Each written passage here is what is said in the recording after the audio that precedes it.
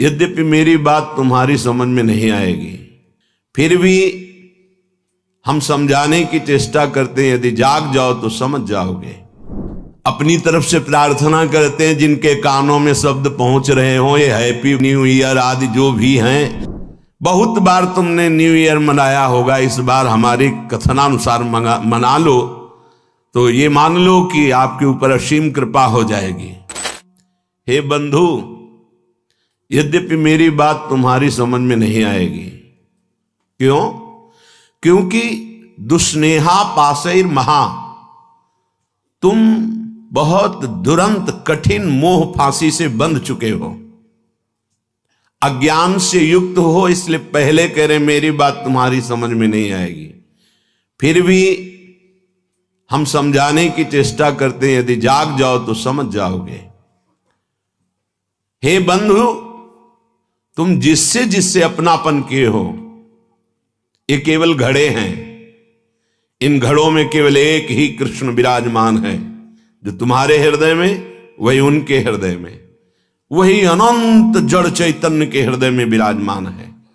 जैसे करोड़ घड़े रख देने पर करोड़ प्रतिबिंब सूर्य का पड़े तो सूर्य करोड़ नहीं हो जाते, वो एक ही सूर्य है। जैसे करोड़ों घड़ों के नष्ट कर देने पर करोड़ों सूर्य प्रतिबिंब नष्ट जैसे जान पड़ते हैं, तो क्या सूर्य पर कोई फर्क पड़ा क्या? नहीं। ऐसे ही वो सच्चिदानंद ज्ञान स्वरूप परमात्मा इन सब घड़ों में विराजमान है। उसको न जानकर, उसको न मानकर हम इन शरीरों से प्यार कर बैठे। हे बंधु, बंधुजन, जिसको तुमने प्रिय माना है, जिन शरीरों को तुमने अपना माना है, यही स्थूल सूक्ष्म कारण यतते सदैव दुस्नेह पासैर महा। एक ही लड़का है, बहुत रुपया कमा रहा है, पधार गया, पूरा परिवार उजड़ गया। ये काल का कलेवा संपूर्ण संसार है। हे भाई, यद्यपि मेरी बात तुम्हारी समझ में नहीं आएगी, पहले कह दिया। यहां सब प्रसन्नता चाहते हैं, आनंद चाहते हैं, सुख चाहते हैं, पर नाशवान दुखालय में बड़े आश्चर्य की बात है। हे बंधु, तुम मेरी बात नहीं समझ पाओगे। श्रीपाद कह रहे हैं, बड़े आनंदित, बड़े सुखी, बड़े हर्षित होते हैं जब अनुकूलता हमारे को घेरती है। अनुकूल पुत्र, अनुकूल धन संपत्ति, अनुकूल पद, सब व्यवहार अनुकूल। भूल गए मैं कौन हूं, किस लिए आया हूं, मेरा परम कर्तव्य क्या है, भूल गए अनुकूलता में। अब जब प्रतिकूलता आई तो डूब गए प्रतिकूलता में, निकलने का चांस नहीं। इसीलिए कह रहे हैं बंधु, मेरी बात तुम्हारी समझ में नहीं आएगी, पर हम समझा रहे हैं, अगर समझ जाओ। माया कापी विमोहिनी, बहुत विचित्र ये विमोहिनी माया है। कभी तो स्त्रिया कलालापः, स्त्री स्वरूप में ऐसी चेष्टाएं, मधुर भाषा, सुधामयम वाचो कामिनाम रसवर्धनम, वाणी अमृतमयी, हृदय में काम वेदना का प्रादुर्भाव, ऐसी चेष्टाएं, विमोहिनी माया। कभी शिशु कलालापः, कभी छोटे बच्चे के रूप में लड़खड़ा के चलना और तोतली बानी में बोलना, मानो प्राणों का अपहरण कर रहा है। दुस्नेह पासैर महा, ये उस त्रिभुवन विमोहिनी माया का पास तुम्हारे हृदय को जकड़ रहा है। वो तोतली बानी में बोल के पिता पापा गोद में चढ़ा, पूरा हृदय आसक्त हो गया। वो मधुर मुस्कान, सुधामयम वाचो, अमृतमयी वाणी, कटाक्ष भरी चितवन से विनोद भरी वार्ता, पूरा हृदय फंस गया। घोरा अनर्थ, घोर अनर्थ हो गया। क्यों? यहां आए थे जीवन मुक्त होने के लिए, वादा गर्भ से करके आए थे भगवान से कि इस बार मुझे निकाल दो, मैं ऐसा भजन करूंगा, कहीं भी ममता आसक्ति नहीं करूंगा, एकमात्र आपका भजन करके जीवन मुक्त हो जाऊंगा। तो फिर क्या गृहस्थी में ना रहें? नहीं, आराम से रहिए। तो पत्नी से प्यार न करें, नहीं, बहुत प्यार कीजिए, लेकिन स्वार्थ की गंध रहित होकर उसे परमात्मा स्वरूप जानकर। पुत्र से प्यार ना करें, बहुत करो, गोपाल जी की भावना करो। स्वयं श्री कृष्ण कैसे आंगन में खेल रहे हैं, कैसे तोतली वाणी में बोल रहे हैं, भगवत भाव युक्त करो। नहीं तो कह रहे दुस्नेह पाशैर महाघोरा अनर्थ। तुम समझ नहीं पाए, ऐसी फांसी में बंध गए, घोर अनर्थ हो जाएगा। एक बार भी राम कृष्ण हरि बोलने का अवसर ये माया नहीं देती। भाग्यशाली हो जो आपको सत्संग सुनने का अवसर मिला, नाम जपने की रुचि बनी और अधर्माचरण त्यागने की चेष्टा हुई। बड़ी कृपा हुई है, संभाल लो अपने आप को। निदानमर्थ महत्वम विद्य पार्थम परम। आहा, ये अनर्थ का निदान करने का अभी समय है। दूरादपाश स्वजनान सुखमर्थ कोटिम, अभी समय है, निकल सकते हो उनमें भगवत भावना करके, केवल भगवत भावना करके। छोड़ के भागने से कुछ नहीं होगा। ये दुस्नेह पाशैर महाघोरा अनर्थ, छोटी मोटी फांसी नहीं है, बिना फांसी के ऐसे फांसी है। भागते हुए संसार में घूमते रहो, चाहे जो वेश बदल लो, इस फांसी को जब तक नहीं काट पाओगे, ये दुराशा, ये दुस्नेह, ये बहुत बड़ी फांसी है। विषय चुगा जिन चुगय मन, चुगत कछुक सुख होए, फिर फांसी ऐसी परे। फांसी नहीं दिखाई देती, लगी बहुत जोर की है। परिवार का राग, परिवार की ममता इतनी जोर की है कि हमें लगता है यही सत्य है। और ये हम साधारण पुरुषों की बात नहीं कर रहे, जो भागवत गीता शास्त्रों का अच्छा ज्ञान रखते हैं, रोज पाठ करते हैं, उत्तम कुल के हैं, बड़ा अच्छा स्वभाव, तो कहते हैं परिवार की चिंता। अरे यहाँ इतनी चिंताएं हैं, हम कहां से माला लेके बैठे, हमारे पास समय थोड़ी है। भैया जब काल आवे ना तो यही उत्तर दे देना, यम आवे तो यही उत्तर दे देना। लोग समझते हैं बाबा जी के पास कोई कार्य नहीं। कै बजे तुम जगते हो, कितना कार्य करते हो? शारीरिक श्रम केवल ही तो करते हो, मानसिक श्रम में आके देखो, मन को घसीट कर विश्व के प्रपंच से विश्वातीत भगवान में लगा के दिखाओ 5 मिनट, होश खराब हो जाएगा। बाबा जी का वो कार्य थोड़ी है। संपूर्ण राग का त्याग करके संपूर्ण भोगों की वासनाओं को सहते हुए सच्चिदानंद में वृत्ति लगाना, दिन भर मेहनत करते हुए कार्य किए, भोग संग्रह किए, उन भोगों को भोगा और रात्रि में भोग विलासिता से युक्त होकर के मुर्दे की तरह सो गए। अपने को बहुत बड़ा काम करने वाला समझते हो? अरे जिस काम के लिए आए उस काम को 5 मिनट भी नहीं किया, किस बात का तुम्हारा कार्य? जब यहां से जाओगे तो एक मात्र तुम्हारे शुभ अशुभ कर्म तुम्हारे साथ जाएंगे, कोई नहीं जाएगा।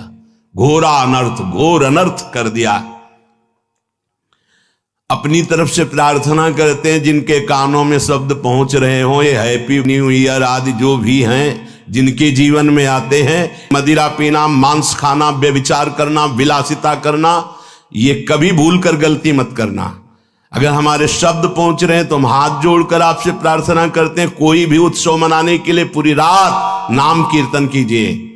प्रातः काल होने पर पशु पक्षियों को दाना, गऊ को चारा, भूखों को भोजन, ठंडी है कभी 1 साल खरीद कर किसी कांपते हुए शरीर को उड़ा दो, हो गया तुम्हारा न्यू ईयर, तो हो गया तुम्हारा बर्थडे, हो गया तुम्हारा उत्सव। ये राक्षसी उत्सव, चलो आज चलते हैं अमुक जगह और वहां ये खान पान करते हैं, ये तुम्हारी दुर्गति कर देगी। 1 वर्ष तो गया ही भोगों में, अगले वर्ष के लिए नींव डाल दी राक्षसी, पूरा जीवन बर्बाद करने की। हमारी बात समझ लेना, हम तुम्हारे मित्र हैं, दुश्मन नहीं। ये जो न्यू ईयर हैप्पी, शराब पीते हैं, मांस खाते हैं, व्यभिचार करते हैं, इनका न्यू ईयर अगला साल कैसा जाएगा? घोर पापाचारी, तुम्हारी दुर्गति होगी। ऐसे मिट जाओगे, नामो निशान नहीं रहेगा। ये साप नहीं है, वरदान है, समझ जाओ। अगर तुम्हें कोई भी उत्सव करना है तो भगवान नाम कीर्तन करो, रात भर जग करके सब नाचो गाओ, प्रभु का यश गाओ और 10-5 को इकट्ठा कर लो, जीवन सार्थक हो जाएगा, पूरा साल मंगल में जाएगा। सुबह हो गऊओं को चारा दो, पक्षियों को दाना दो। अगर 4 लोग मिलकर के 4 स्वेटर खरीद लो, ऐसे जो फुटपाथ में बैठे कांप रहे हैं उनको पहना दो। 4 लोग मिलकर के अच्छा भोजन बनाओ, 4 लोगों को जाके पवा दो। सर्दी का समय हो गया है, हैप्पी न्यू ईयर। ये राक्षसी न्यू ईयर मत मनाना। अगर कान में आवाज पड़ रही होने तो जीवन तो बर्बाद किया ही, आगे के लिए बीज बो रहे हो अपने सर्वनाश का। घोरा अनर्थ निदान अमर्थ मह त्वम विद्य पार्थम परम। अभी समय है, अभी सुधार कर लो। कितनी देर की मस्ती? ये कोई मस्ती है? बेकूफी को मस्ती समझते हो? शराब पीकर गलियों में लड़खड़ाते हुए, एक दूसरे से झगड़ा करते हुए पैसा नष्ट किया, स्वास्थ्य नष्ट किया, बुद्धि भ्रष्ट की। ये तुम्हारा बड़े हो तुम? ये तुम बड़े हो? बड़ा वो है जो अपनी इंद्रियों को शासन में करके प्राप्त सुख सामग्री को दूसरों की सेवा में लगाता है। बड़ा वो नहीं है जो अपने अर्थ के प्रभाव से व्यभिचार में उतर जाए, जुआ खेलने में उतर जाए, कोमल कोमल पशुओं की हिंसा करके रांध के खाने में उतर जाए, मनमानी आचरण में उतर जाए। वो राक्षस है, वो बड़ा नहीं है। बड़ा वो है, वो बड़े जन कहे जाते हैं जो दूसरों को सुख देने के लिए स्वयं दुख भोगते हैं और दूसरों को परमानंद प्रदान करते हैं। सा तरति सा लोकांतारयति, उनको बड़ा कहते हैं। स्वार्थ भ्रंश करम। हे भाई, पहले कह दिया है, हमारी बात नहीं समझोगे। ये स्वार्थ का नशा जो तुम्हारे चढ़ गया है कि ऐसे सुखी हुआ जाता है मनमानी आचरण करके, ये तुम्हारा नाश कर देगा, मान लो। अभी ना मानो। बहुत विचित्र विचित्र काल की गतियां हैं। काल किसी को नहीं बख्शता। मनमानी आचरण करोगे, ऐसी शुभ जगह में मारेगा आपको जहां तुम्हारा सुख सर्वस्व विध्वंस हो जाएगा। इसलिए मान लीजिए, प्रार्थना मान लीजिए, ये मन और बुद्धि तुम्हारे दुश्मन है, ये समय तुम्हारे मित्र नहीं है। ये अज्ञान अंधकार में भटकाने के लिए ही तुम्हें केवल संकल्प विकल्प कराएंगे, प्रेरणा करेंगे। भाग्यशाली हो जो सत्संग सुनने को मिल रहा है। सबको अपने जीवन को सत मार्ग में चलाने के लिए मानव देह दिया गया है। सावधान हो जाओ, अभी अनर्थ की निवृत्ति का समय है। गोस्वामी श्री तुलसीदास जी कह रहे हैं, काहे को फिरत मूढ़ मन धायो, तज हरि चरण सरोज सुधारस, रवि कर जल लय लायो। काहे को फिरत मूढ़ मन धायो। ए भाई, मन के कथनानुसार मत चलो। तुम मन के स्वयं जज बनो, निर्णय करो। क्या? जब मन संकल्प करे तो पहले जांचो, ये ठीक सतमार्ग युक्त संकल्प है या असत मार्ग युक्त है। परिचय, यदि हरि स्मरण चल रहा है, हरि के चरणों का आश्रय है, तो आप जान पाओगे मन की चाल को कि ये गलत निर्णय कर रहा है या सही। यदि हरि विमुख हो तो ये त्रिगुणात्मिका माया तुम्हें समझने का अवसर ही नहीं देगी और ऐसे भोगों में फंसाएगी जहां किंचन मात्र सुख नहीं है। कैसे? रविकर जल लय लायो, कई बार बताया है। इसे मरुभूमि में निर्मल जल का आभास कराता है। जे ही भुवन भास्कर उदय होते हैं तो गंगा जी की जो रेती है उसमें खूब देखा है, सैकड़ों बार देखा है, दूर दिखाई देता है बहुत निर्मल जल। तो जब मृग प्यासा हुआ जल धारा की तरफ पीठ करके और भागता है उस निर्मल जल को देखकर, तो वहां रेत के सिवा कुछ नहीं होता। ऐसे ही अय मन, हरि की प्रेम रस धारा को, तजी हरि चरण सरोज सुधारस, अमृत धारा को छोड़कर ये जो जगत के अधर्म युक्त भोग हैं, ये मृग तृष्णा है। कभी नहीं प्यास बुझने वाली भोग लो, मनमानी कर लो। बहुत बार तुमने न्यू ईयर मनाया होगा, इस बार हमारे कथनानुसार मना लो तो ये मान लो कि आपके ऊपर असीम कृपा हो जाएगी। रात भर जगो, हम कह रहे हैं रात भर जगो, 12 बजे तक नहीं, पूरी रात जगो। पर हरीश शरणम राधा राधा राधा कृष्ण कृष्ण राम हरि, जो नाम प्रिय हो सब मिलकर नाम कीर्तन करो। फिर तुम देखना। एक बात और बता देते हैं, जब कोई धर्म पर कदम रखता है चलने के लिए तो उसके पाप उस पर हावी हो जाते हैं, उसको चलने के लिए बाधा पहुंचाते हैं जिससे वो आगे ना चल पाए। वर्तमान को सह जाना, तुम्हारा भविष्य इतना मंगलमय होगा कि कोई बाधा तुम्हें स्पर्श नहीं कर सकती। वर्तमान में प्रारंभ में ही शुरू हो सकता है। तुम्हारा पाप कर्म तुम्हें आगे बढ़ने से रोक सकता है। पर ये अगर हमारी पहले से सावधानी की बात मान ली कि चाहे जैसी परिस्थिति आ जाए, आप ये न सोचे कि जब मैं पीता था, खाता था, मनमानी आचरण करता था, हर सुविधा चरण चूमती थी, आज जब त्याग दिया, धर्म से चला तो बाधा पे बाधा पड़ रही है। वो नहीं, वो बाधाएं नष्ट हो रही। आगे तुम्हारा मार्ग परम सच्चिदानंद प्रकाशमय सुखमय है। भविष्य तुम्हारा बड़ा मंगल होगा और ये जन्म का परम लाभ तुम ले पाओगे। वर्तमान के भोगों में फंसकर अपना नाश मत करो। तजी हरि चरण सरोज सुधारस रविकर जल लय लायो।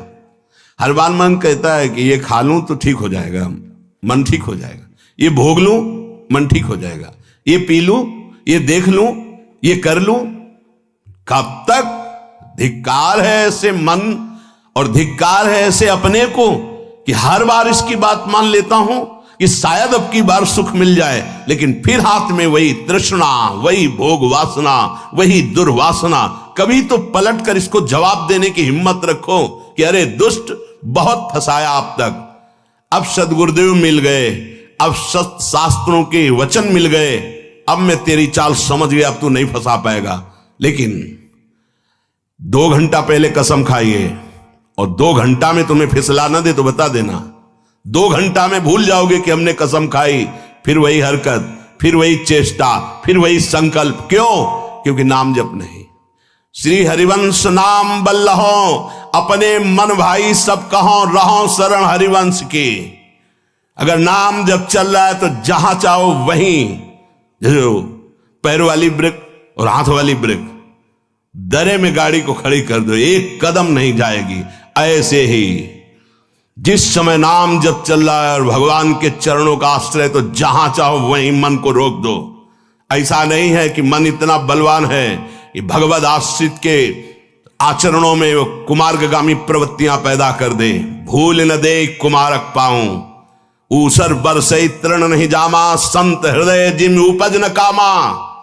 जैसे ऊसर में कितनी भी वर्षा हो घास नहीं जगेगी, ऐसे कितने भोगों का सानिध्य हो, भगवत चित्त में कभी काम जागृत नहीं हो सकता, वासना जागृत नहीं हो सकती। भगवत चित्त आप ही हैं, कोई और नहीं है। आप भगवान के अंश हैं। नाम जप नहीं है तो रोज कसम खाओगे, रोज टूटेगी। खूब अनुभव की बातें कह रहा हूं, खूब देखे हुए, सुने हुए, समझे हुए ये बातें हैं। यदि नाम जप नहीं है तो दोपहर के कसम खाओगे, शाम के वही क्रिया करोगे जिसकी कसम खाई है, वही व्यसन, वही आदत, वही चेष्टा। भगवान नाम जप, भगवद आश्रय। आगे बहुत विचार पूर्वक गोस्वामी जी अपने को विचार करने के लिए शब्द बोल रहे हैं। त्रिजग देव नर असुर अपर जग जोनि सकल भ्रमी आयो, ग्रह बनिता सुत बंधु भये बहु, मातु पिता जिन जायो, काहे को फिरत मूढ़ मन धायो। कभी सुअर बना, कभी कुत्ता बना, कभी पशु बना, कभी पक्षी बना, कभी देवता बना, कभी मनुष्य बना, कभी राक्षस बना, न जाने किस किस योनि में मैं जन्मा। हर योनि में मुझे सब सुख ये मिले जिन सुखों को तुम मानव देह धारण करके भोग रहे हो। छोटे छोटे पशु पक्षी भी मैथुन करते हैं, उनके भी अंडे और बच्चे होते हैं। जितना आपको प्यार है उतना उसको भी प्यार है। जितना बढ़िया मोटे गद्दे पे शयन करने में आनंद लेते हैं, सुअर उतने कीचड़ में आनंद लेता है।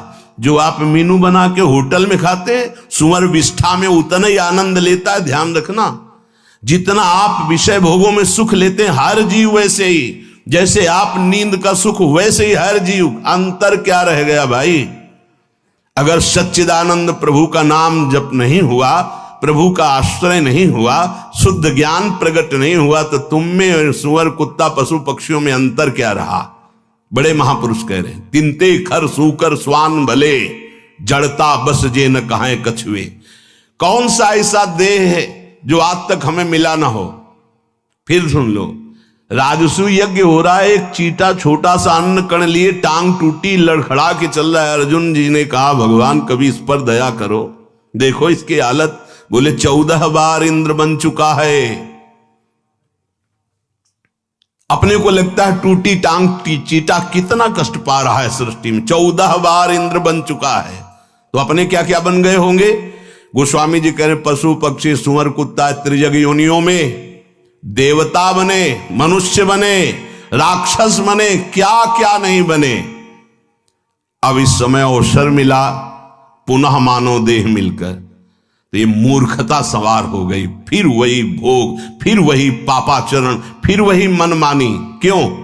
क्योंकि घर में यही शिक्षा दी जा रही, गृह बनिता सुत बंधु भय बहु, मात पिता जिन जायो, जाते निरय निकाय निरंतर, सोई इन तो ही सिखायो। इन सबने जितने संबंधी मिले, कभी ये नहीं बताया कि बैठ करके भगवान का नाम जप कर थोड़ी देर तेरा परम मंगल हो जाएगा, तेरी बुद्धि शुद्ध हो जाएगी। जिससे हमें नरक मिले, घोर दुख मिले, वही आचरण मेरे माता पिता ने, परिवार वालों ने सिखाया। मात पिता बाल कहीं बुलावें, उदर भरे सोई जतन सिखावें। बढ़िया धन कमाने लायक बनो, सुख सुविधाएं एकत्रित करो, हमें खूब भोग सामग्री प्रदान करो। यही कभी नहीं बताया कि धर्म किसे कहते हैं, सत्य किसे कहते हैं, भगवान कौन है, जितेंद्रियता किसे कहते हैं, ब्रह्मचर्य किसे कहते हैं, संयम किसे कहते हैं। खुद को पता नहीं तो क्या बताएंगे? बोले इन्होंने वही बताया, जाते निरय निकाय निरंतर, सोई इन तो ही सिखायो। जिससे तुम्हें घोर नरक मिले वही बातें सिखाई गई, वही खुद आचरण कर रहे हैं। देख देख के बालक अनुकरण कर रहा है। बाद में जब डंडा चलाते हो, घर से निकालते हैं, तब बोले कि ये कर्तव्य तो बालक का नहीं होना चाहिए। तो तुमने अपने माता पिता होने का कर्तव्य निभाया, वही राक्षसी बुद्धि उसमें भरी, अपने आचरणों से, अपनी चेष्टाओं से, अपने वचनों से। अब परिणाम में वो राक्षसी व्यवहार नहीं करेगा और क्या करेगा? जिससे घोर नरक यंत्रणा प्राप्त हो, वही सिखाया गया अपने बालकों को। तू हित होई कटे भव बंधन, सो मग तो ही न बतायो। तुम्हारा मंगल हो जाता, तुम परम सुखी हो जाते। गृहस्थ में होकर नाम जप करते हुए सबको सुख पहुंचाने की भावना से तुम अपने भव बंधन को काट देते, परम पद में आरूढ़ हो जाते। पर तुमको वो मार्ग ही घर वालों ने नहीं बताया। आप देख लो, कोई बिरला ही घर वाला ऐसा होगा, अगर आप 10 मिनट रज लगाकर माला लेके बैठे तो पूरे घर में हलचल मच जाएगी। भजन कर रहा है, कहीं भगवान का भगत ना बन जाए। भगत बन गया तो फिर सारी कामनाओं में आग लग जाएगी, हमारे किसी काम का नहीं रहेगा। तो गुरु को गाली, उसको गाली, भगवान को गाली, सब शुरू हो जाएगी। घर से छवि निकाल के बाहर फेंकवा दी जाएंगी, तुम्हारी कंठी तोड़ने की। अगर नहीं किए तो उनके धमकियां आने लगेंगी। अगर कल से माला लेके बैठे तो हम ऐसा कर लेंगे। धन्य है वो माता पिता कि अगर कभी भूल से तूने शराब पी, मांस खाया, व्यभिचार किया, अगर पापाचरण किए, तो हमें जीना अच्छा नहीं लगेगा कि ऐसे पुत्र से या तो तू मर जाता या मैं मर जाते। मेरे को अगर ये कलंक लगे कि तुम्हारा पुत्र चोर, तुम्हारा व्यभिचारी, तो ऐसे पुत्र की जरूरत नहीं। ऐसी कभी शिक्षा दी, ऐसी कभी भावनाएं बैठा ली उनको सत्मार्ग की? नहीं। अगर वो सत्मार्ग सुनकर चलने लगे तो रोकने के लिए जरूर प्रयासरत। सैकड़ों ऐसे हमारे पास प्रश्न आते हैं। अजहू विषय कह जतन करत। आज सत्संग सुन रहे हो तो आज सुधार कर लो। मान लो ये बहुत बड़े खतरे का दिन है, जिसे तुम कह रहे हो हैप्पी न्यू ईयर। हमको बहुत खतरा दिखाई दे रहा है। 1 साल तो गए मिट्टी में, और इसमें तुम शराब पियोगे, क्लब में जाओगे, गंदी बातें करोगे, पहली ही नींव अगले वर्ष की तुम्हारी गंदी रख गई, राक्षसी बुद्धि की रख गई। हम बार बार प्रार्थना करते होश में। वो बड़े भाग्यशाली हैं जो धाम आए हुए हैं, वो बड़े भाग्यशाली हैं जो यहां कुछ नाम जप करेंगे, नाम कीर्तन करेंगे, सत्संग सुनेंगे, यमुना जी का दर्शन करेंगे, बिहारी जी का। उनका जीवन मंगलमय हो। वर्ष की क्या बात, पूरा जीवन मंगलमय हो। भाव कुभाव अनखाल सहु, नाम जपत मंगल दिशि दशहु। लेकिन ये उनकी बात है जो भगवान से विमुख होकर आज भी विषय सेवन में सुख ढूंढ रहे हैं। यद्यपि बहुत प्रकार से दुख पा रहे हैं, पर उनको रास्ता ही समझ में नहीं आ रहा भगवत मार्ग का, आनंद का। वो गंदी बातों में ही बढ़ते चले जा रहे हैं।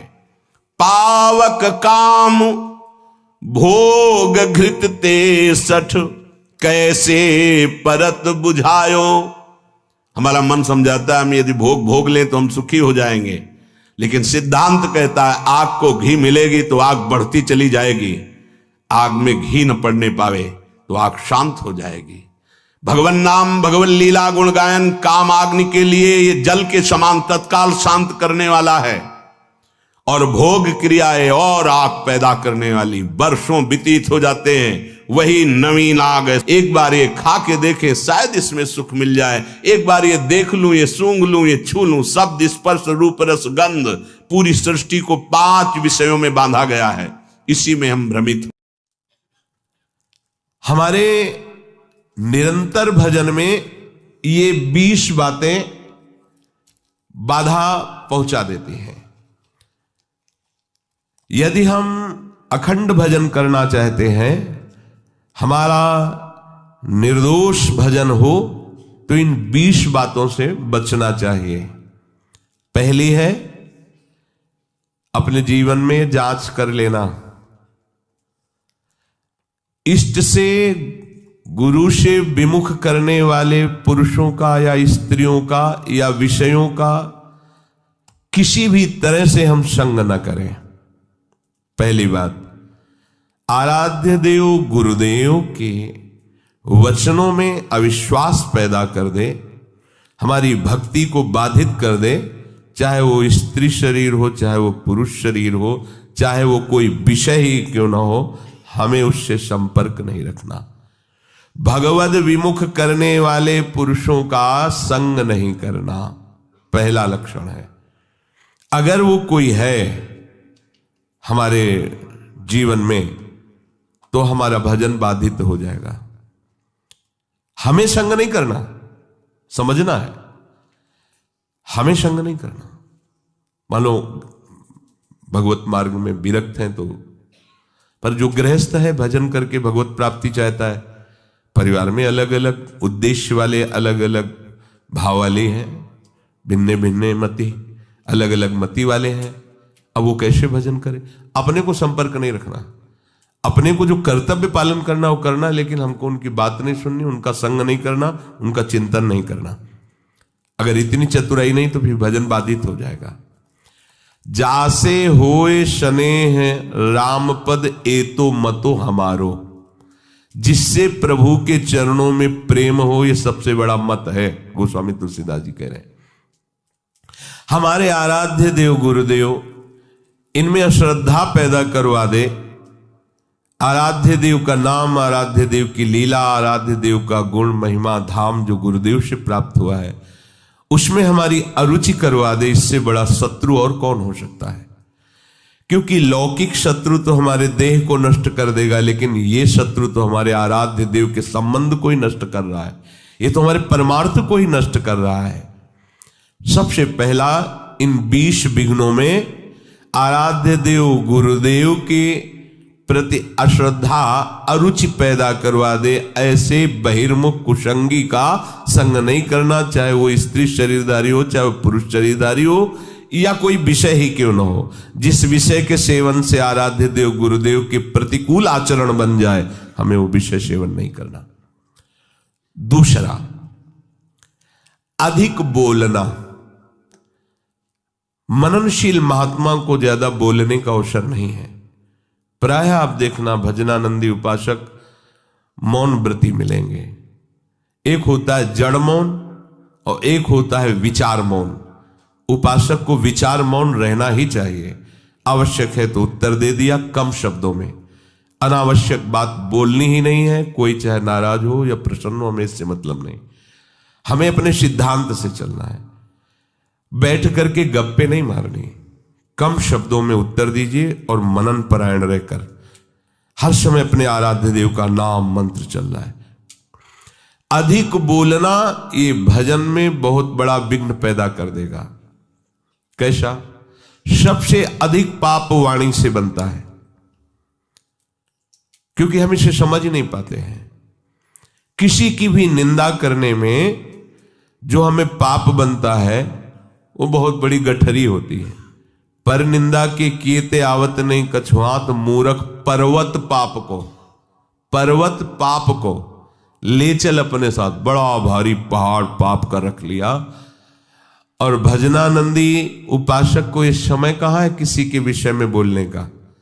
पर देखो अपने लोगों में अगर ये विघ्न है, अधिक बोलना, तो दो बातें आ ही जाएंगी, किसी की स्तुति और किसी की निंदा, किसी के गुण का वर्णन और किसी के अवगुण का वर्णन। ये आपके भजन में बाधा पहुंचा देगा।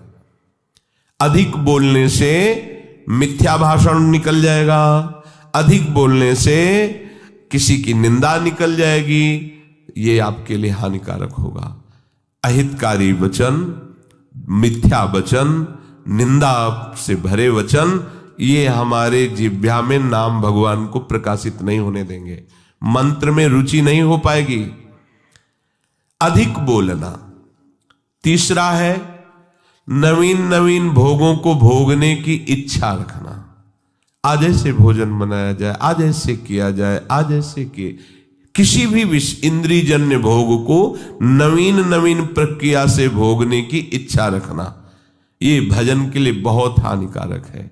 शरीर के प्राण पोषण के लिए ही हमें केवल अन्न जल आदि का आवश्यक ग्रहण करना होगा, जिससे हमारा शरीर भजन मार्ग में सहायता दे। बस अगर इसी जन्म में भगवत प्राप्ति करना है तो आपको चारों तरफ से अपने आप को घेरना होगा। अगर हमारी इंद्रियां, हमारा मन विषय सेवन में ही बना रहा तो भगवदानंद किससे हम अनुभव करेंगे? कैसे हम भगवत चिंतन में तन्मय होंगे? बिना तन्मयता के आराध्य देव की अनुभूति नहीं होती। चौथा, अधिक सोना। जो बहुत नींद लेते हैं तो तमोगुण की अधिकता के कारण भजन नहीं बनता है। आपको आश्चर्य होगा कि ऐसा कैसे हो सकता है। भजन की जब लगन लगती है, 11 बजे रात्रि के शयन करना, 2 बजे उठ जाना, स्नान किया, शौच किया, वृंदावन की परिक्रमा की, ऐसी दिनचर्या, और 2 बजे दिन में माधुकरी मांग के पाना, कोई बाल भोग ये सब चाय नाश्ता कुछ नहीं, 2 बजे दिन में। आपको लगेगा कि ऐसा कैसे हो सकता है। यही वृंदावन, बाहर की बात नहीं, वृंदावन की हितधाम की छोटी कुटिया की बात बता रहे हैं। बिजली का कनेक्शन कटा हुआ, नहीं चाहिए बिजली। अगर हम विषय सेवन में रुचि रखेंगे तो हमारी रुचि भजन की कैसे बनेगी? और शरीर है, ये जड़ है, इसको जैसे रखो वैसा अभ्यास बन जाएगा। कह रहे काशी में देखा, 2 घाटों के बीच की दरार में एक महात्मा रहते थे। रात्रि के 12-1 के लगभग निकलते थे। जो युगल किशोर ने बताया, वो अवश्य दर्शन करें, हम तो घाट में ही रहते हैं, हम तो यहीं बैठ जाएंगे, देखेंगे। और निकले, एक अंगोछा की लंगोटी लगाए हुए, बस अस्थिमात्र होए रहे शरीरा, गौर वरण तेजोमयी उनकी दृष्टि। गए, गंगा जी का स्नान किया, जब साष्टांग दंडवत करके, ये हमारा मतलब एक स्वभाव था कि कुछ भी ऐसा तो उससे बात करना, उनसे कि स्थिति कहाँ है, कैसी इनकी धरा है। तो जब संभाषण के लिए प्रार्थना की तो सुने का एकदम निरपेक्ष महापुरुष, उनको किसी की अपेक्षा नहीं। पर जब दैन्य होकर प्रणाम मुद्रा में, तो रात्रि का समय एकांत घाट में हमें कि महाराज जी आप इसमें कैसे रह लेते हैं? बस ऐसे पतली सी एक लंबी दरार थी, उसी में घुस जाते थे और एक पत्थर का टुकड़ा ऐसे रख लेते थे। वो कैसे आप रहते हैं? तो मतलब घाट में तो वैसे ही गर्मी पड़ती है, उनका अभ्यास से ऐसे अंदर रहते हैं। रात्रि में निकलते तो भोजन का, रात्रि में तो भोजन भी नहीं मिलता। तो उनका मारवाड़ी क्षेत्र में सब लोग प्रसाद पाके बाहर बड़े बड़े ड्रम रखे होते हैं, वो तो सुबह ड्रम फेंके जाते हैं, उनमें जो बचा हुआ जूठन है वो बटोर लेते हैं, आके पा लेते हैं, शौच स्नान करके फिर अंदर 24 घंटे में। ये भी भगवत प्राप्ति का स्वरूप है। कैसे अपने अभ्यास योग युक्त है ना, ये जन्म अभ्यास के लिए मिला है। चित्रकूट में रामलीला हो रही थी, नवीन अवस्था थी 16-18 के बीच की स्वामी जी की। तो वो रामलीला में जब देखा कि भगवान राम सुबह राज्याभिषेक होना था और 14 वर्ष का वनवास, बड़ी तन्मयता से देख रहे थे। एकदम हुआ कि जब प्रभु को वनवास हो गया तो फिर मेरा जीवन किस काम का? अब मैं घर नहीं जाऊं। महापुरुषों में एक विचारधारा अलग बनती है, अब तो जीवन किसका। भाग पड़े वहां से रामलीला से, गंगा के किनारा पकड़ा। वो समय काटते हुए से आगे बढ़ रहे तो स्वामी शंकरानंद जी महाराज बड़े अवधूत स्थिति को प्राप्त महापुरुष थे। अशनी आश्रम, जब गंगा किनारे भ्रमण कर रहे तब जब उनके पास आए तो उन्होंने दृष्टि से देख लिया कि इनकी बहुत ऊंची अवस्था जागृत होने वाली है अध्यात्म की। तो उनका बेटा कैसे तुम्हारा तो ये जो वेश है और ये अवस्था है तो पढ़ने की है, ऐसे कैसे? तो उन्होंने बताया स्वामी जी मैं रामलीला देखकर भगवान का वनवास मैं सहन नहीं कर पाया, अब मैं निश्चय करता हूं कि आजीवन वनवास करूंगा। तो इस निश्चय का स्वरूप क्या होगा? उनका घोर वैराग्य से जीवन व्यतीत करना। तो उनका फिर संन्यास मार्ग ले लूं, कहां दे दीजिए। नवीन अवस्था में गंगा जी में संन्यास दिया गया। संन्यास का होता है कि दिगंबर कर दिया जाता है, निर्वस्त्र, और गंगा में खड़ा किया जाता है। अब तुम्हारा कौन है? तो गंगा को साक्षी करके बोलता है कोई नहीं, नारायण के सिवा मेरा कोई नहीं। फिर वो संस्कार किए जाते हैं, फिर इसके बहुत से संत उपस्थित रहते हैं, फिर उनको लोक मर्यादा के लिए लंगोटी दी जाती है और यहां तक केवल वस्त्र ढकने की अनुमति संन्यास को। जब उनको लंगोटी देने उनका नहीं गुरुदेव, क्योंकि संस्कारी महापुरुष थे। तो कहा लोग बोले अब लोक व्यवहार रहा कहां प्रभु? तो उनका ठीक है ऐसा ही सही, चलो तो कहां? बोले आश्रम। बोले नहीं, जान हमें आपने संन्यास दिया, आजीवन आपके सामने नियम लेते हैं, यही जीवन व्यतीत करेंगे। तो गंगा का किनारा ही उनका घर था। जैसे गंगा बढ़ती ऊपर चले, जैसे घटती वैसे रेत, बस ऐसे दिगंबर नवीन अवस्था थी। और उनकी स्थिति ऐसी थी कि जटाओं के भार से ऐसे नशे में जैसे उन्मत्त महापुरुष भगवदानंद के, और शरीर की त्वचा एकदम मोटी ऐसे। अब गंगा किनारे मच्छर भी लगते हैं, सब समय समय पे गर्मी, बालू तप्त होती, वो वैसे। क्या हुआ? क्या उनका शरीर नहीं था क्या? निश्चय इतना जोर का कि देह राग मिट गया। तो क्या आप में वो भागवतिक शक्ति नहीं है क्या?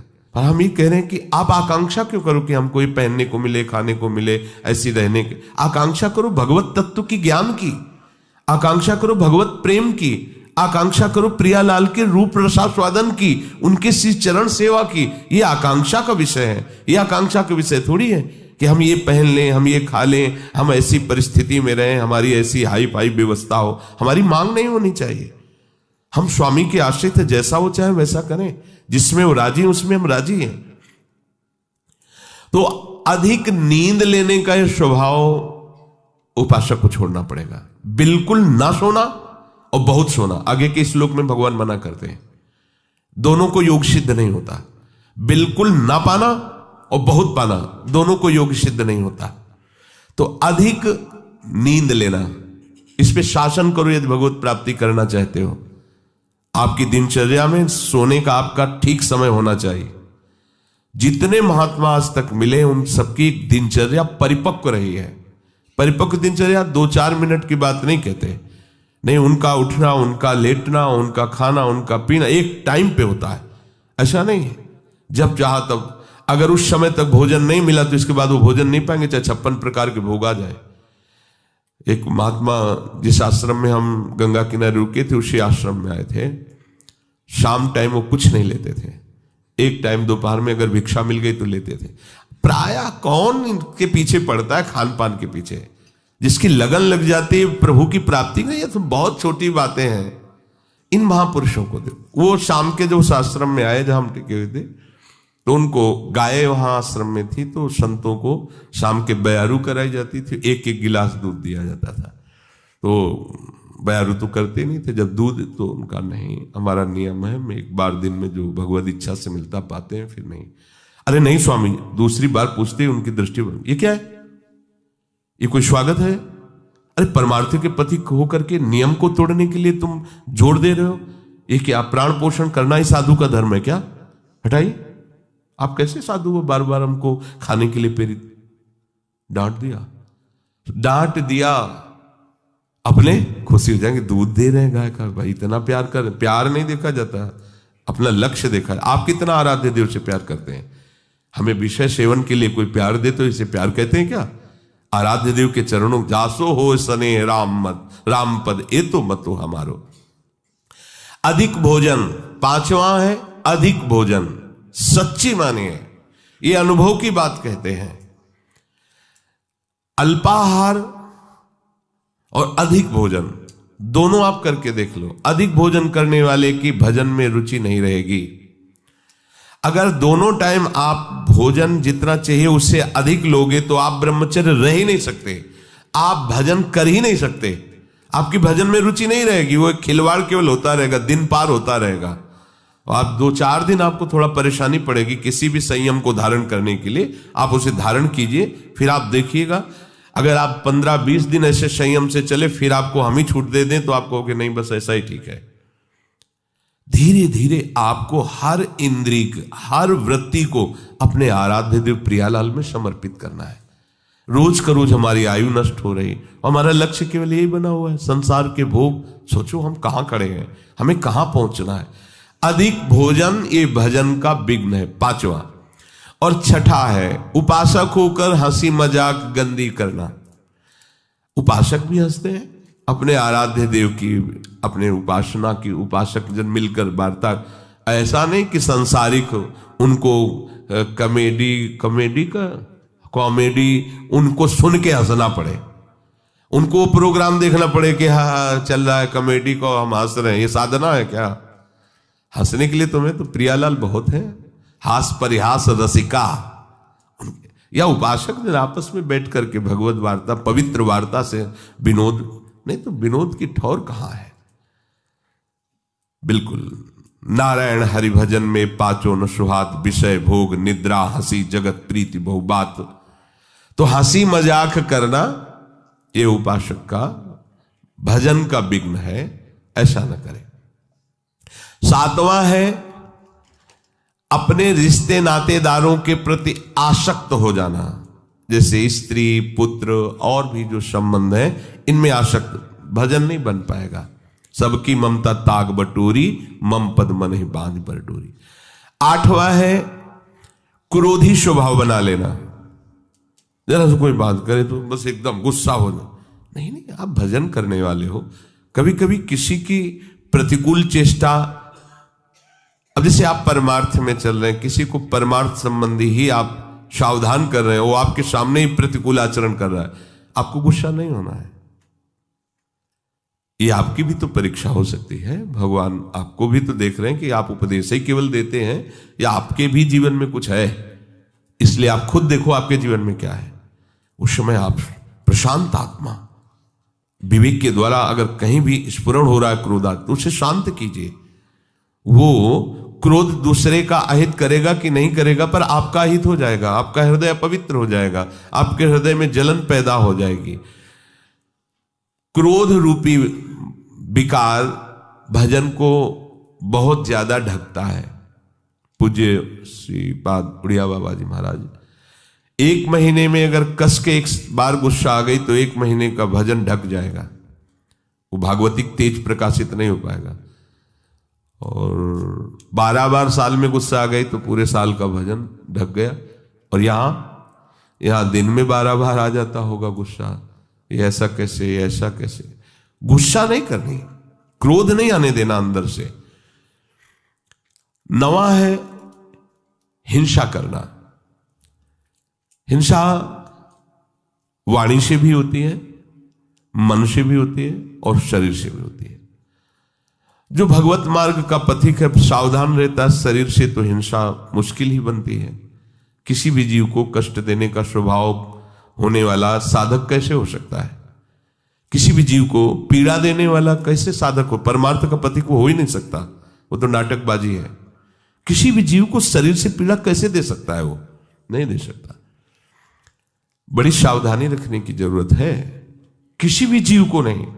सांप मारो मारो मारो, बिच्छी मारो, कुछ को देखते छिपकली ऐसे भयभीत हो जैसे मगरमच्छ हो छिपकली, हाँ उसको निकाल के मार, ये सब बिल्कुल सावधान।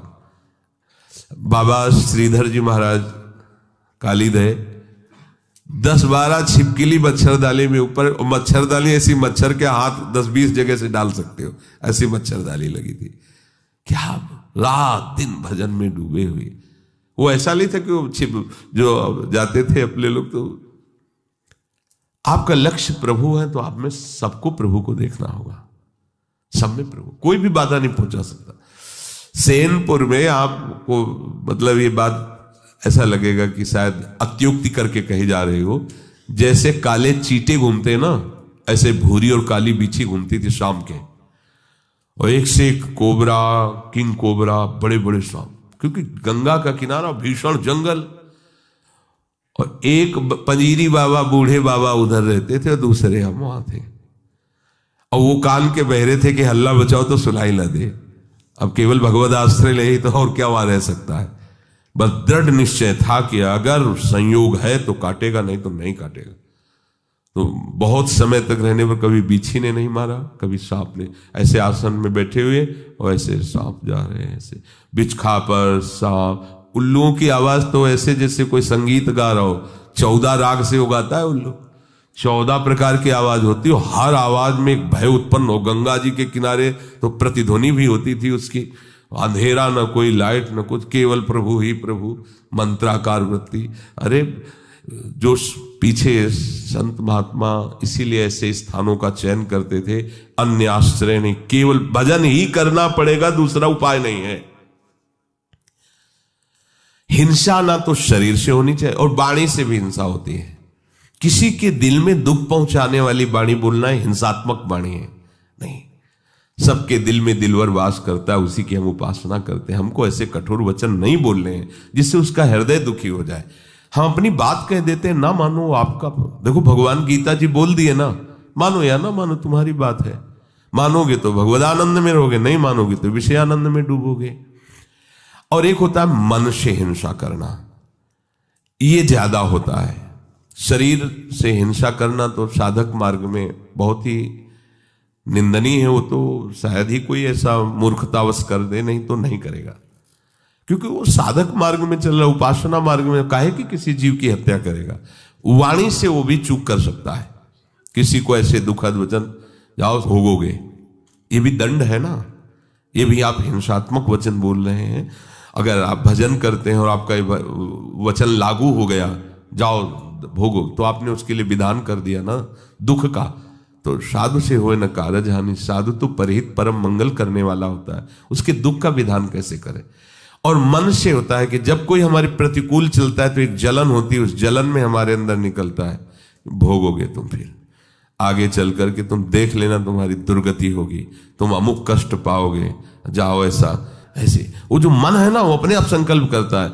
तब इसको समझ में आएगा कि ये जो हमारी प्रतिकूलता कर रहा है ना, तब इसको समझ, ये सब बातें नहीं होनी चाहिए। अगर ये बातें हैं तो आपके भजन में टांग टूट जाएगी आपकी। आप भजन की चढ़ाई पे नहीं चढ़ पाएंगे। ये टांग तो सुरक्षित बनी रहे चाहे, लेकिन भजन की चढ़ाई आप नहीं चढ़ पाएंगे, आप फिसल जाएंगे। जो दूसरे का तनिक भी अहित सोचता है, उस दूसरे का अहित हो या ना हो, तुम्हारा उसी क्षण से अहित शुरू हो गया, उसी क्षण से तुम्हारा हानि शुरू हो गया। 10वां है काम विकार। ये चाहे कर्म मार्ग का पथिक हो, कर्मयोग, भक्ति योग, ज्ञान योग, ये तीनों मार्गों में अपना एक छत्र, बाधा का राज्य उपस्थित करता है काम। ये छोटी मोटी शक्ति नहीं। चाहे ज्ञान मार्ग में हो, चाहे कर्म योग मार्ग में हो, चाहे भक्ति योग मार्ग में हो। ये ऐसा भागवतिक सैनिक है कि हर जगह इसका प्रवेश है, विघ्न पहुंचाने की इसमें ताकत है। इसीलिए सब इससे डरते रहते हैं।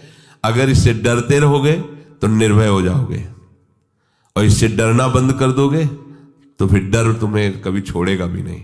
ध्यान रखना, यही डर ही डरपि हरिवंश हित। महाप्रभु कह रहे हैं डरते रहो। ना जानो छिनंत कवन बुद्धि घटई प्रकाशित, छुटी चेतन जो अचेत तेऊ मुनि भय विश्वासित। महाप्रभु कह रहे हैं डरते रहो, ये बात से डरते रहो। एक संत भगवान कह रहे थे काला सर्प काट ले तो उसका उपचार हो सकता है, लेकिन ये काम अपना अधिकार हृदय पे कर ले, ये डस ले, इसका उपचार नहीं हो सकता। ये ऐसा जहर है कि वो लहरें लेते रहो, पूरा जीवन वो नशा चढ़ा रहेगा उसका। और जैसे जैसे आपकी आयु कम होती जाएगी, मतलब अवस्था शरीर की बढ़ती जाएगी, आयु कम, वैसे वैसे और बढ़ता जाता है। जैसे जैसे आपकी शरीर शक्ति क्षीण होती वैसे ही वासना और रंग लाती, क्योंकि दुर्गति करना है ना। इसे चाहिए कि भगवान नाम और भगवत आश्रय के बल से इस विकार को सह कर शांत किया जाए। जितना आप सहनशील होगे उतने ये शांत होता चला जाएगा। 11वां, अपनी निंदा होने पर सहन न करना। ये भजन में बाधा है। जब अपनी निंदा हो तो आनंद मनाना चाहिए अंदर से, कि जो हमें प्रारब्ध भोग भोगना था दंड रूप में, वो निंदा करके उसको नष्ट कर रहा है। बड़ी कृपा हुई। अंदर से इस बात को समझिएगा। अगर हमारी कोई निंदा कर रहा है तो हमें आनंदित होना चाहिए, हमारा परमार्थ मार्ग साफ हो रहा है। ध्यान रखना, हमारा परमार्थ मार्ग जो बाधित होने वाला था उसकी निंदा से कट गया। बहुत बड़ा प्रभाव है।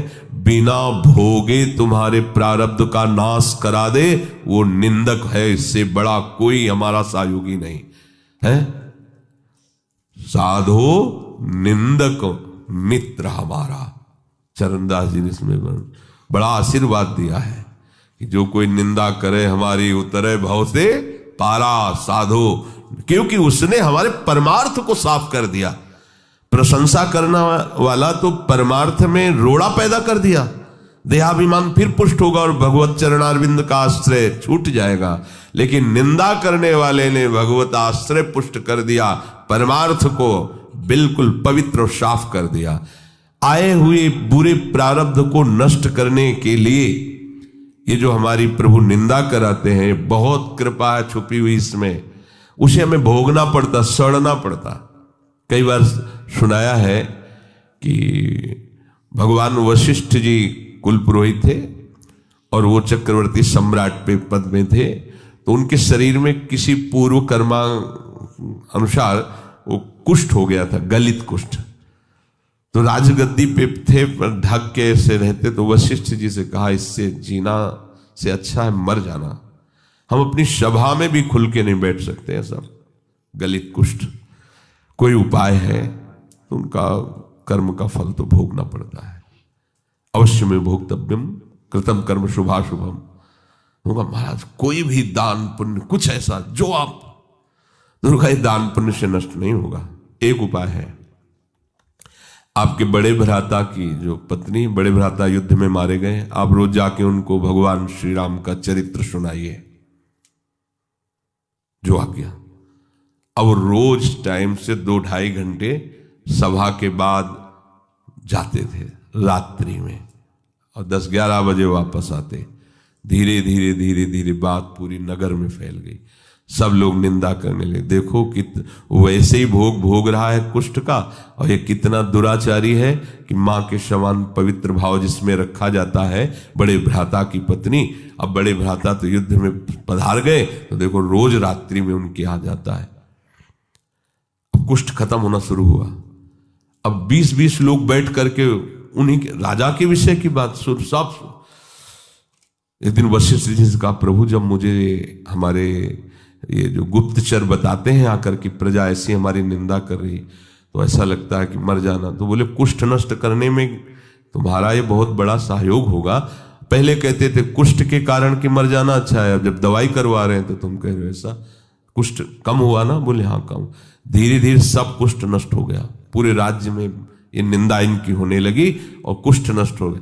अब यहाँ नाक का बचा, तो उनका भगवान नाक का बचा, बोले कभी ये नष्ट नहीं होगा। क्यों? बोले वे वशिष्ठ के हिस्से का है और हम जानते हैं तुम वहां रामचरित्र सुनाने जाते हो, कोई गलत लगे।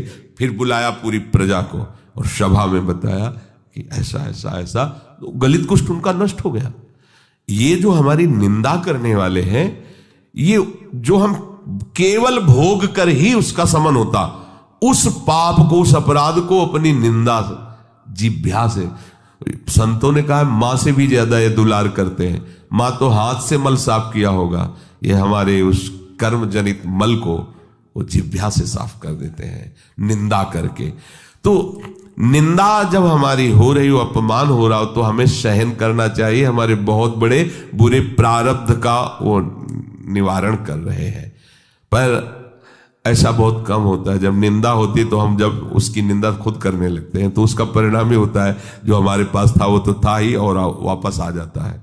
पर निंदा के किए थे आवत नहीं कछुआत, मूर्ख पर्वत पाप को ले। हमें दूसरे की निंदा नहीं करनी, पर अपनी निंदा हो तो आनंद पूर्वक सहना है। किसी से कहना भी नहीं कि वो हमारी निंदा करता है, नहीं, जो पूरा काम होना है उसमें घाटा पड़ जाएगा। परम लाभ की बात है, ध्यान देना। पर ये सहल नहीं होती बिल्कुल, और ये बिल्कुल निर्मल कर देगा आपको। निंदक नियरे राखिए आंगन कुटी छवाए, बिना साबुन पानी बिना निर्मल करे सुहाए। कह रहे ज्यादा दूर मत रखो, सीधे आंगन में रखो, जिसे निकलते बैठते हो तुम्हारे कान में निंदा पड़े। अगर कहीं भगवान ऐसी पवित्र व्यवस्था कर देते हैं कि कोई निंदा करे तो उसका विरोध कभी न करे, चुप रहे। यद्यपि बहुत कड़वी दवा है, वो तुम ऐसा कह रहे थे, अरे वो क्या पापी पुरुष हैं इसीलिए संतों पर दोष लग, बिल्कुल मत बोलो, नहीं तो सब घाटा हो जाएगा दवा में। फिर वो उतनी सामर्थ्य नहीं रह जाएगी आपका जो रोग नष्ट होना है। शांत चुपचाप सह जाओ। जैसे कोई कहे कि वो ऐसी निंदा कर रहे थे, हाँ तो इसी लायक हम ही है ना, राधा राधा, आगे बढ़ो, अपना काम बन रहा है। श्री जी कितनी कृपालु है, बिना भोगे हमें निर्मल करके आगे बढ़ा रही। और 12वां है स्वयं दूसरों की कभी निंदा ना करना और ना सुनना। देख लो ये भजन के विघ्न है। अपनी जबान से किसी की निंदा नहीं करना, अपने कान से किसी की निंदा नहीं सुनना। और 13वां है अपनी दिनचर्या में आलस्य न करना। बहुत रोज 4 सवा 4 बजे जाना पड़ता है, कभी कभी तो सो लेते हैं या प्रमादी नहीं, या शरीर चलने लायक नहीं रहा तो बात है, नहीं तो आलस्य साधु के, उपासक के परमार्थिक जीवन में बहुत बड़ा शत्रु। आलस्य नहीं होना चाहिए। और शौकीनी, कोई भी वस्त्र खान पान कुछ भी शौक के लिए नहीं होना चाहिए। आज इस रंग का चप्पल तो कल उस रंग का जूता, तो इस रंग का मुफलर तो इस रंग की जैकेट, ये परमार्थ के पथिक के नहीं। जो आपके पास हो वस्त्र है आराम से, उनके लिए आप शौक मत रखो कि अब ऐसा आए अब वैसा, और किसी भी तरह की कोई शौकीनी के लिए वस्तु का प्रयोग न करो। 15वां, किसी भी तरह की प्रसिद्धि को अपने में स्वीकार मत करो। हजारों लोग प्रणाम कर रहे हैं, यश हो रहा है, ऐसा वैसा, आपका नहीं हो रहा है। वो आपके गुरुदेव और आराध्य देव का है, आपका नहीं। आप स्वीकार करोगे तो विष पी लोगे। सम्मानम कल्याति घोर गरलम नीचापमानम सुधा, श्रीपाद प्रबोधानंद जी महाराज कह रहे हैं। ये सम्मान विष है, तुम्हें सम्मान नहीं हो रहा। अगर तुम समझते हो तुम्हारा सम्मान हो रहा है तो आराध्य देव और गुरुदेव से अलग होइए, उनके चिन्हों को धारण करना बंद कीजिए। देखो कौन तुम्हें प्रणाम करता है। उनका यश गा रहे हो इसलिए तुम्हारा यश हो रहा है, उनके दासत्व से युक्त हो इसलिए तुम्हारे सामने दास भाव से सब जन प्रणाम कर रहे हैं। तुम प्रभु के आश्रित हो इसलिए वो तुम्हारे आश्रित हो रहे हैं। केवल प्रभु का उसमें यश है, प्रभु के आश्रय की महिमा। तुम अपना कुछ मत समझ लेना, नहीं, छोड़ो। प्रभु के चिन्हों को धारण करना छोड़ो, प्रभु की बात करना छोड़ो, फिर देखो तुम्हें कौन प्रणाम करता है। तो जो भी यश कीर्ति बड़ाई सम्मान है वो हमारे गुरुदेव का है। उन्हीं के सजाए सज रहे हैं, उन्हीं के द्वारा दिए हुए मंत्र उपासना से हम आनंदित हैं, उन्हीं के आश्रय के कारण ये सब है, अपना अस्तित्व नहीं है।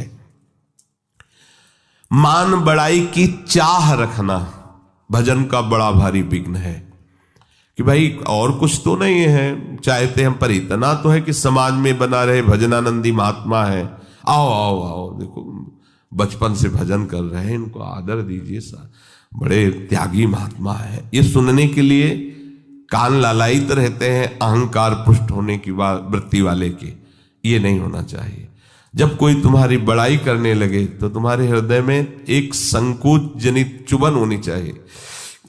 क्यों व्यर्थ की बात कर रहे हो? अंदर से लगना चाहिए, बनावटी नहीं, अंदर से आना। और सच्ची बात है, सच्ची बात।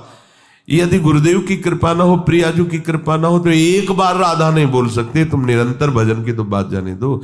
एक दिन निष्पाप व्यतीत होना कठिन हो जाएगा, निष्पाप एक दिन व्यतीत होना कठिन हो जाएगा, और तुम्हारा जीवन निष्पाप हो रहा है केवल गुरु कृपा, आराध्य देव की कृपा। 17वां, अपने में श्रेष्ठता जनित अभिमान होना, गुरुपन होना। मैं बहुत ज्ञानी हूं, मैं बहुत, किसी भी तरह का अपने में श्रेष्ठता का अभिमान होना। देखो हमारे परम गुरु हैं श्री आचार्य चरण जी, लेकिन वो अपने को क्या बोल रहे हैं, ग्रंथ में लिख के गए, बोले क्वाहम तुच्छा परम मधमा। क्या शब्द लिख रहे हैं एक श्लोक में, क्वाहम मूढ़मति, ये अपने लिए लिख रहे हैं। जो उत्तम महाभागवत का लक्षण है उसमें दैन्य होता है। देखो आज तक कोई श्री हनुमान जी की जोड़ का महात्मा नहीं होगा, हनुमान जी की जोड़ का नहीं हुआ। बल में, ज्ञान में, दासत्व में, सेवा में बेजोड़ महात्मा। लेकिन आप क्या वर्णन कर रहे हैं? आप सोचो, विभीषण एक महान भागवत से मिल रहे हैं तो परिचय क्या दे रहे हैं? वहां पढ़ के देखो, असमय अधम सखा सुनो मोहू पर रघुवीर। मुझ जैसे अधम पर भी प्रभु कृपा बनाए हो मुझे दासत्व से। और जब प्रभु से पहली बार मिले तो उन्होंने यही कहा था, एक में मंद मोह मत कुटिल हृदय अज्ञान पुनि प्रभु मोहि विसारेऊ दीन बंधु भगवान। और जबकि ज्ञानी नाम अग्रगण्यम बुद्धिमताम वरिष्ठम, रोम रोम से सियाराम निकलता जवान की तो बात जाने दो।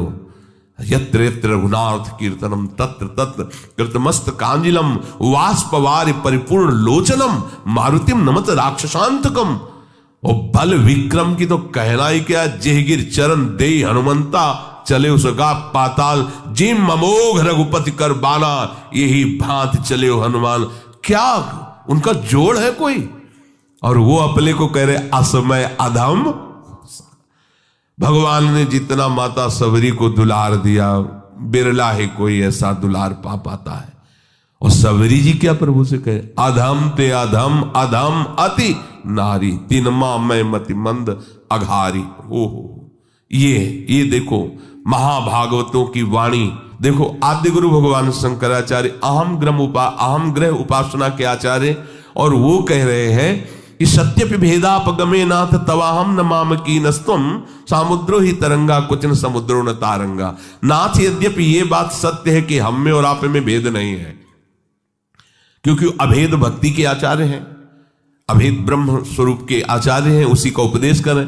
पर बोले प्रभु एक बात परम सत्य है कि समुद्र से ही तरंग उत्पन्न होती तो अभेद है, पर तरंग से कभी समुद्र उत्पन्न हुआ हो ऐसा कहीं वर्णन नहीं पाया गया। अर्थात हे हरि आप समुद्र हो और मैं आपकी तरंग हूं। ये आदि गुरु भगवान शंकराचार्य की षटपदी नामक स्तुति में वर्णन है। आप कितने भी कोई भी बड़े बड़े महापुरुष हुए हैं, उस असीम अगाध महिमा में जब तो फिर अपने को दैन्य ही देखा है। इसलिए कभी भी किसी को भी अभिमान की जरूरत नहीं है। अगर अभिमान किसी भी तरह का हम अपने हृदय में रखते हैं तो अभी सत्य वस्तु को जाना नहीं। जिस वस्तु को जानने के बाद कुछ जानना बाकी नहीं रहता, उस वस्तु को जब जान लिया जाता है तो अभिमान नहीं रहता, और जब तक उस वस्तु को जाना नहीं तो अभिमान किस बात का। दोनों स्थिति में अभिमान नहीं होता। जब उसको जाना नहीं, पाया नहीं, तो अभिमान किस बात, और उसको पा लेने के बाद, जान लेने के बाद अभिमान रहता ही नहीं है। 18वां, परदोष चिंतन। कभी किसी के दोषों का चिंतन न करे, क्योंकि चिंतन यदि दोषों हो तो आपके अंदर दोष आ जाएंगे। चिंतन के साथ साथ वर्णन, श्रवण, ये सब शुरू हो जाता है दोषों। ये बिल्कुल अपने भजन मार्ग में भयानक विघ्न है। 19वां, दिखावटीपना नहीं होना चाहिए। एक पद्धति से चलो। अगर वैराग्य मार्ग में भी है तो गुरु परंपरागत वस्त्र और तिलक आदि रचना का एक ही क्रम है। अलग अलग संप्रदायों में अपने अपने आचार्य द्वारा जो तिलक दिया गया है, यह हमारा बनावटीपना या दिखावटीपना नहीं है। यह हमारा आचार्य प्रदत्त दासत्व का चिन्ह है। यह कोई खिलवाड़ नहीं है कंठी तिलक धारण करना, पर बनावटी नहीं। आचार्य परंपरा से जुड़ा होना चाहिए, आचार्य प्रदत्त मंत्र होना चाहिए, तभी। ऐसा नहीं कि बनावटी वेश जो मनाया, लाल पहन लिया। हिदाम में गए थे, लाल कपड़ा पहने, बोले शरणागत मंत्र लेना, तुमने कहा वैसे ही आप लाल वेश धारण, बोले वो तो ऐसे पहन लिए। ऐसे कैसे पहन लिए? गेरुआ वस्त्र की महिमा समझते हो? साक्षात नारायण स्वरूप, अग्नि स्वरूप माना जाता है, ऐसे ही धारण कर लिए, ऐसे ही कपड़े धारण कर लिए, ऐसे मन मानी। कोई भी दिखावटीपना नहीं होना चाहिए, आचार्य परंपरागत होना चाहिए। और उपास्य देव की प्राप्ति के लिए जो वैराग्य वेश धारण किया है, जो गुरु ने दिया है, प्राण निकल जाए पर उसे नहीं छोड़ना चाहिए। ये जो ऐसे नहीं मनमानी आचरण, ऐसा नहीं। एक बार एक महाभागवत, एक परम सन्यासी को बंदी बनाया गया था गौ हत्या के विरोध में। वो खड़े हुए थे तो उनको कहा गया आप अपने वस्त्र उतारिए, तो उन्होंने उनका गला काट दीजिए, स्वीकार है, पर हमें काषाय वस्त्र नहीं उतार सकते। ये हमारे आचार्य और गुरु प्रदत्त है, तुम इसे खिलवाड़ मत समझना। ऐसा जब गौ हत्या के विरोध में खड़े थे तो उनका दंड भी भंग कर दिया गया था, उनका श्राप लागू हो गया था। बहुत ये जो आचार्य परंपरा से पोशाक और भागवतिक चिन्ह, वैष्णव चिन्ह मिलते हैं, खिलवाड़ नहीं है। जब मन आया तब धारण किया, जब मन आया तब उतार दिया, ये हुए ही नहीं प्रभु के। ये सब केवल स्वांग रचने वाले, नौटंकी नाटक वाले हैं। ये कोई नाटक का खेल है क्या कि पर्दे पे गए तो साधु का वेश बना करके आशीर्वाद दे रहे हैं, पीछे आए तो पैंट शर्ट और बीड़ी हुक्का पी रहे हैं? ये थोड़ी, ये कोई सीरियल का साधु थोड़ी है। अपने जीवन को आचार्य गुरु परंपरा में आजीवन उसी में। हमारे जो गुरुदेव ने हमें वस्त्र दिया, मंत्र दिया, उपासना दी, भागवतिक चिन्ह दिए, उसी के अनुसार हमें चलना है। दिखावटी नहीं होना चाहिए, बनावटी नहीं होना चाहिए। सोमवार को और रंग के, मंगल को और रंग के, बुद्ध के और रंग को, बृहस्पति के और रंग के, ये बहुरंगी बाबा नहीं होना चाहिए। आराध्य देव के रंग में रंगे हुए। शुरू से हर संप्रदाय की एक पोशाक होती है। नैष्ठिक ब्रह्मचर्य, श्वेत वस्त्र धारण करके मूंज मेखला, महावाक्य ऊपर का लाल वस्त्र, नीचे का सफेद, संन्यास काशा गेरुआ वस्त्र, वैष्णव श्वेत पीत या भगवत प्रसादी। किसी भी संप्रदाय का वैष्णव हो पीत वस्त्र धारण कर सकता है, श्वेत वस्त्र धारण कर, या गुरु इष्टिक भगवत प्रसादी, उसमें रंग नहीं देखा जाता। अगर भगवत प्रसादी है तो उसे वो हमारे आराध्य देव की प्रसादी, अन्यथा अपनी स्वेच्छा पूर्वक नहीं। विरक्त मार्ग में है, अगर कौपीन नहीं है, कौपीनवंता खलु भाग्यवंता, अगर आपका पुरुष शरीर और आपको वैराग्य मार्ग में कौपीनवंता खलु, मार्किन ऊपर से कौपीन लग, जैसी आपको रहने दी गई आजीवन। फिर हमें नहीं देखना कि जिसने हमें रहने दी वो कैसे रह रहा है, हमें देखना है हमें कैसे रहने दी गई, हमको उसी में चलना है। वो किस स्थिति में क्या है उनका खेल वो जाने, हमें जो दिया गया हमको उसी के अनुसार चलना है। बनावटीपन, दिखावटीपन अपने जीवन में नहीं होना। और 20वां है आवश्यकताओं को बढ़ा लेना। जो आवश्यकताओं को बढ़ा लेता है भजन में विघ्न है। बहुत कम आवश्यकता में आपकी दिनचर्या व्यतीत होनी चाहिए। आपका भोजन, आपका वस्त्र, आपका प्रकृति का प्रयोग कम होना चाहिए। जितना प्रकृति के भोक्ता बनेंगे उतनी प्रकृति आप पर शासन करेगी, अधीन हो जाओगे। और जितना प्रकृति से कम व्यवहार करेंगे, कम से कम भोगेंगे और जीवन यापन के लिए उसको स्वीकार करके भजन करेंगे, तो प्रकृति ही आपको मुक्त कर देगी। जाओ प्रभु की तरफ बढ़ो। और जो प्रकृति को भोगता है, आकर्षित करके, अधीन करके नष्ट कर देती है, ये 20 दोष भजन में भारी विघ्न पैदा कर देते हैं। भजन से विमुख पुरुषों का संग, अधिक बोलना, विषय भोग की इच्छा रखना, अधिक सोना, अधिक भोजन, हंसी मजाक, स्त्री पुत्र आदि में अधिक आसक्ति होना, क्रोध, हिंसा, काम विकार, निंदा आदि सहन न कर सकना, स्वयं दूसरों की निंदा करना, आलस्य, शौकीनी, प्रसिद्धि, मान बढ़ाई, गुरुपन, परदोष चिंतन, दिखावट, आवश्यकताओं को बढ़ा लेना, ये 20 बातों से बचा जाए तो हमारा निरंतर भजन चलेगा। देखो, अपने सत्संग का उद्देश्य भगवत प्राप्ति है। किसी की भी निंदा स्तुति करने का ना हमारा अधिकार है और ना हमारी कोई चाह है। अपने लोग कभी इस कुमार्गगामी प्रवृत्तियों में ना फंसे, इसलिए उनको विस्तृत रूप से बताया जाता है। सब भगवत स्वरूप है, अंत में हमको यही मानना है, सब भगवत स्वरूप है। अगर कोई दिखावट कर रहा है तो मेरा प्रभु ही है, मुझे मानना है। अगर कोई कुछ भी कहीं भी है, मुझे मानना है। पर अपने लोगों को इन दोषों में नहीं फंसना। अगर फंसेंगे तो सब में भगवत भाव या भजन हम नहीं कर पाएंगे। इसलिए इसकी व्याख्या रूप में वर्णन के श्री राधा वल्लभ लाल।